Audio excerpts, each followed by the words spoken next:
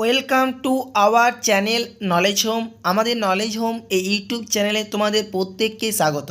আজ আমরা বাংলা প্যাডাগজি বিষয়ের ভিডিও বা ক্লাস নিয়ে এসেছি। আজ আমরা 2019 সালের ডিসেম্বর মাসের বাংলা প্যাডাগজি পেপার 2 হিসেবে ল্যাঙ্গুয়েজ 1-এর যে পরীক্ষা হয়েছিল তার প্যাডাগজি নিয়ে আলোচনা করব। চলো শুরু করা যাক। প্রথম প্রশ্ন দেখো, 106 নম্বর যে প্রশ্ন সেটি, দক্ষতাপূর্ণ পাঠ যা নয়। দক্ষতাপূর্ণ পাঠ যা নয়। অপশান এ গঠনমূলক, অপশান বি কল্পনাপ্রবণ, অপশান সি প্রগতিপন্থী, অপশান ডি উদ্দেশ্যমূলক। অর্থাৎ দক্ষতাপূর্ণ পাঠ নয় কোনটি?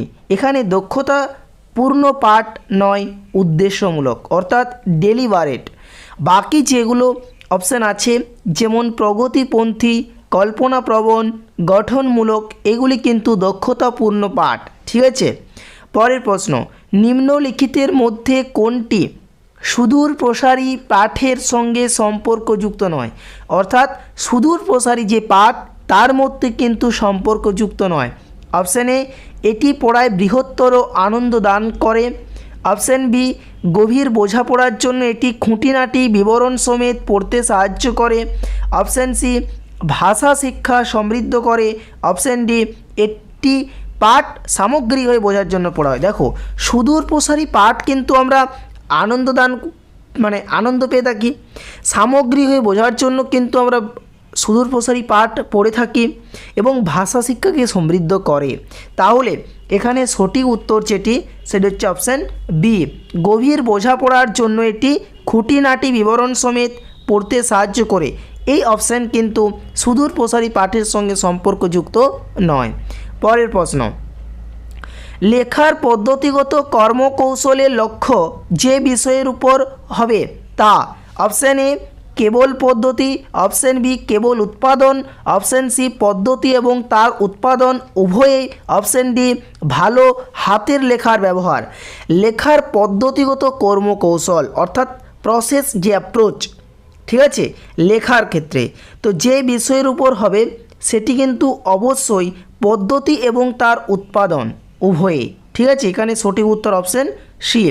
পরের প্রশ্ন, 109 নম্বর যে প্রশ্ন, নিম্নলিখিতের মধ্যে কোনটি ভাষার পাঠ্যক্রমে অর্থাৎ ল্যাঙ্গুয়েজ যে কারিকুলাম সে ভাষার পাঠ্যক্রমে সাহিত্যের অন্তর্ভুক্তির পিছনে সবচেয়ে কম গুরুত্বপূর্ণ বিষয়? আমরা কিন্তু প্রশ্নের মধ্যে এই জায়গাগুলোকে লক্ষ্য রাখবো, কম গুরুত্বপূর্ণ বিষয়। ঠিক আছে, অপশানে এটি কেবলমাত্র শোনা এবং বলার দক্ষতাকে লালন করে, এটি হলো পরীক্ষিত, এটি ছাত্রদের জন্য সংস্কৃতি বুঝতে সাহায্য করে এবং এটি ছাত্রদের ব্যক্তিগত প্রতিক্রিয়া জানাতে উৎসাহিত করে। এখানে যে অপশানগুলি দেওয়া হয়েছে তার মধ্যে কোনটি কম গুরুত্বপূর্ণ বিষয়? কম গুরুত্বপূর্ণ বিষয় কেবলমাত্র দেখো একটা বাঁধা ধরা একটা জায়গা, কেবলমাত্র শুধুমাত্র এই যে জায়গাটা, এটা কিন্তু কম গুরুত্বপূর্ণ।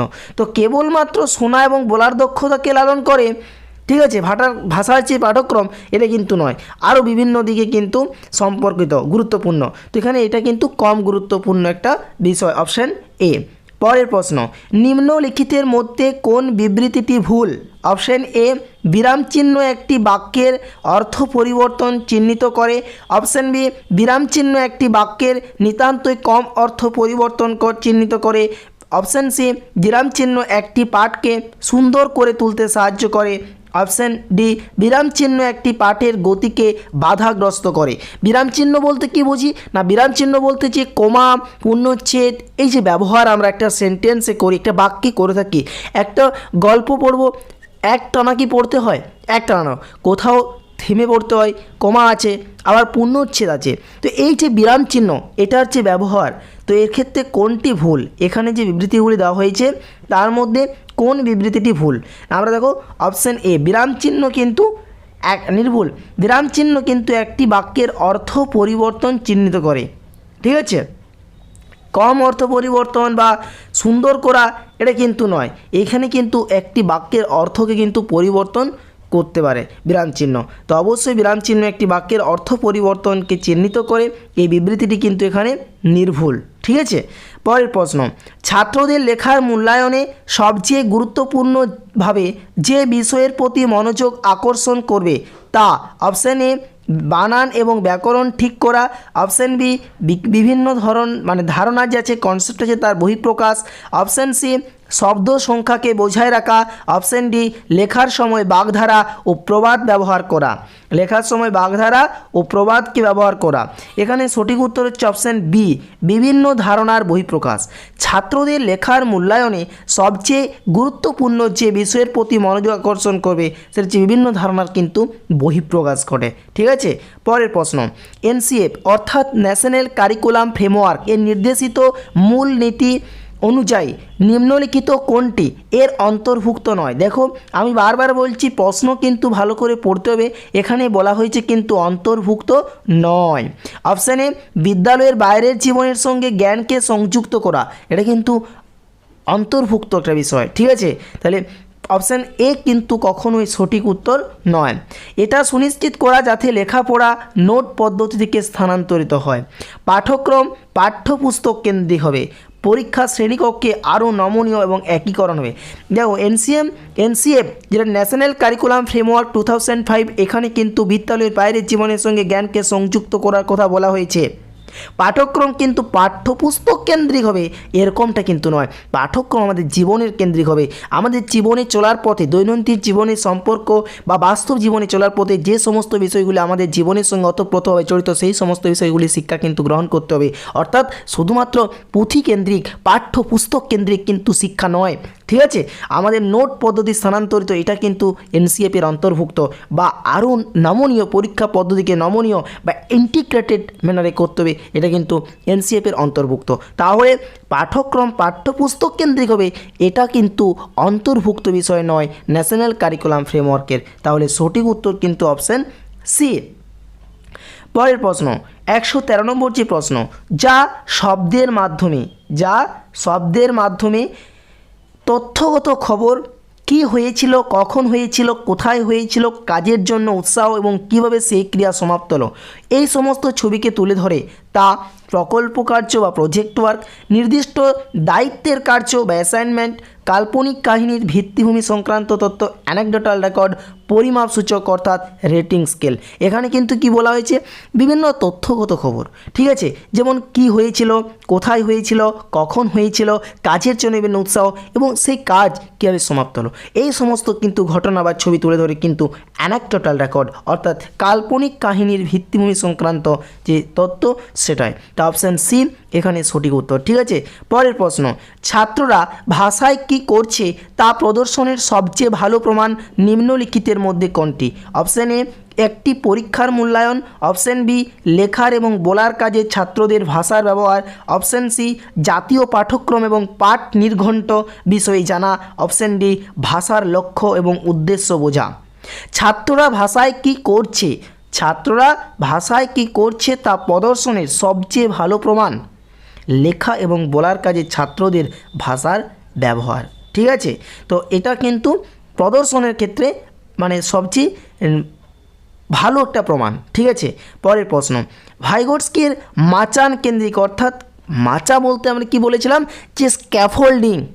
ভাইগোটস্কি বিভিন্ন টার্ম ইউজ করেন, যেমন জেডপিডে, ঠিক আছে, zone of proximal development, scaffolding এছাড়াও এমকেও মানে কি না মোর নলেজেবল আদার্স, সেরকম জেডপিডি মানে হচ্ছে জোন অফ প্রক্সিমাল ডেভেলপমেন্ট এবং স্ক্যাফোল্ডিং মানে হচ্ছে একটা প্রক্রিয়া যেটাকে মাচান কেন্দ্রিক তত্ত্ব প্রকল্প বা হাইপোথিসিস বলা হয়েছে। অনুযায়ী একজন শিক্ষক ভাষা শিক্ষার্থীদের জোড়ায় বা গোষ্ঠীতে কাজ করার সুযোগ দেবেন, যেহেতু এভাবে শিক্ষকের পক্ষে কাজ পরিচালনা করা সহজ হবে, ছাত্রদের পারস্পরিক মেলামেশা উপযুক্ত উদ্বেগমুক্ত হতে সাহায্য করবে। অপশান সি সামাজিক যে মেলামেশা সারবস্তুর অর্থ সরবরাহ করবে যার দ্বারা লেখাপড়া হয়, এবং এমন সামাজিক মেলামেশা ছাত্রদের একটি ভাষা শিক্ষা থেকে বিচ্যুত ডিক্টেটস করতে সাহায্য করছে। কি বলা হয়েছে না একজন ভাষা শিক্ষক, ঠিক আছে, তিনি শিক্ষার্থীদেরকে গোষ্ঠীতে বা জোড়ায় জোড়ায় কাজ করার সুযোগ করে দেবেন। ঠিক আছে, তো এখানে কিন্তু এটা সঠিক উত্তর সেটা হচ্ছে সামাজিক মেলামেশা সারবস্তুর অর্থ সরবরাহ করবে যার দ্বারা লেখাপড়া হয়। অপশান সি এখানে সঠিক উত্তর। পরের প্রশ্ন দেখো 116 নম্বর যে প্রশ্ন, ভাষা শিক্ষায় প্রাথমিক শব্দ এবং তার মিশ্রণের পরিবর্তে সরল বাক্যের মাধ্যমে শুরু করা হয়। ভাষা শিক্ষায় প্রাথমিক শব্দ এবং তার মিশ্রণের পরিবর্তে সরল বাক্যের মাধ্যম শুরু করা হয়, এটা কিসের ইঙ্গিত দেয়? অপশান এ যোগাযোগ সম্পূর্ণ বাক্যের উপর নির্ভরশীল, অপশান বি ভাষার আত্মীকরণ বা অ্যাকুইজেশন, ল্যাঙ্গুয়েজ অ্যাকুইজেশনে উচ্চারণের প্রোনাউন্সিয়েশনের কিন্তু কোনো স্থান নেই। ভাষা শিক্ষায় ব্যাকরণ এবং উচ্চারণের সমান স্থান আছে এবং যোগাযোগের অন্যতম গুরুত্বপূর্ণ মাত্রা হলো ব্যাকরণ। এখানে কোনটি সঠিক উত্তর? ভাষা শিক্ষায় প্রাথমিক শব্দ এবং তার মিশ্রণের পরিবর্তে যে সরল বাক্যের মাধ্যমে শুরু করা হয়, এটা কিসের ইঙ্গিত দেয়? এটা অবশ্যই যোগাযোগ সম্পূর্ণ বাক্যের উপর নির্ভরশীল, কিন্তু যোগাযোগ সম্পূর্ণ বাক্যের উপর নির্ভরশীল। পরের প্রশ্ন দেখো, সপ্তম শ্রেণীকক্ষের একজন শিক্ষক একটি ভাষা কক্ষে দৃষ্টিবান ছাত্রদের পড়ানোর জন্য ইউটিউবের ভিডিও ব্যবহার করেন, রেকর্ডিং ব্যবহার করেন, দৃষ্টিহীন ছাত্রদের জন্য মিলেমিশে খেলার ব্যবস্থা করেন দৃষ্টি এবং শ্রবণ শক্তিহীন ছাত্রদের জন্য। ঠিক আছে, কি বলা হয়েছে না মিলেমিশে যে খেলার ব্যবস্থা করছেন এবং তিনি যে ইউটিউবে ভিডিও ব্যবহার করছেন, রেকর্ড ব্যবহার করছেন, এই যে মাল্টিমিডিয়া বা মানে রিসোর্সকে ইউজ করছেন, এটা কি যে সমস্ত মাল্টিমিডিয়া ব্যবহার করছেন, কী বলা হচ্ছে না প্রতি এককের পোষণের জন্য যে সমস্ত মাল্টিমিডিয়া ব্যবহার করেন, সেটা হচ্ছে ভাষার পার্থক্য অর্থাৎ লিঙ্গুইস্টিক ডিফারেন্স, লার্নিং স্টাইল, শেখার অক্ষমতা না ভরসাযুক্ত বস্তু অর্থাৎ অথেন্টিক ম্যাটেরিয়াল। এখানে সঠিক উত্তর কিন্তু অবশ্যই শেখার কৌশল। বিভিন্ন লার্নিং স্টাইলকে ব্যবহার করাচ্ছে একজন শিক্ষক মশাই করছেন যাতে শিক্ষার্থীরা বিভিন্নভাবে শিখতে পারে। ঠিক আছে, পরের প্রশ্ন দেখো, জ্ঞানাত্মক অর্থাৎ কগনিটিভস পরিপ্রেক্ষিতে একজন ভাষা শিক্ষক শিশুদের ভ্রান্তি যেভাবে দেখবেন অর্থাৎ শিশুদের ভুলগুলো একজন ভাষা শিক্ষক কীভাবে দেখবেন? অপশানে শেখার অবরোধ ও বাধা, শেখার অংশ যা ভাবার অন্তর্দৃষ্টি যোগায়, এমন কিছু যা তাদের ত্রুটি সংশোধন করবে এবং বারবার সেই ভুল করা থেকে বিরত করবে, শেখার বিষয়ে তাদের গুরুত্ব না দেওয়ার মানসিকতা যেটার প্রতি তাৎক্ষণিক নজর দিতে হবে। জ্ঞানাত্মক পরিপ্রেক্ষিতে একজন ভাষা শিক্ষক শিশুদের যে ভুল, শিশুদের যে ভ্রান্তি, সেইগুলোকে কীভাবে দেখবেন না অবশ্যই সেগুলোকে যেভাবে দেখবেন সেটা হচ্ছে শেখার অংশ হিসেবে যে ভাষার অন্তর্দৃষ্টি যোগাচ্ছে কিন্তু। ঠিক আছে, এটা শেখারই একটা অংশ ভুলগুলো, এভাবেই কিন্তু একজন শিক্ষক ভাষার শিক্ষক শিক্ষার্থীদের ভ্রান্তিগুলোকে দেখবেন।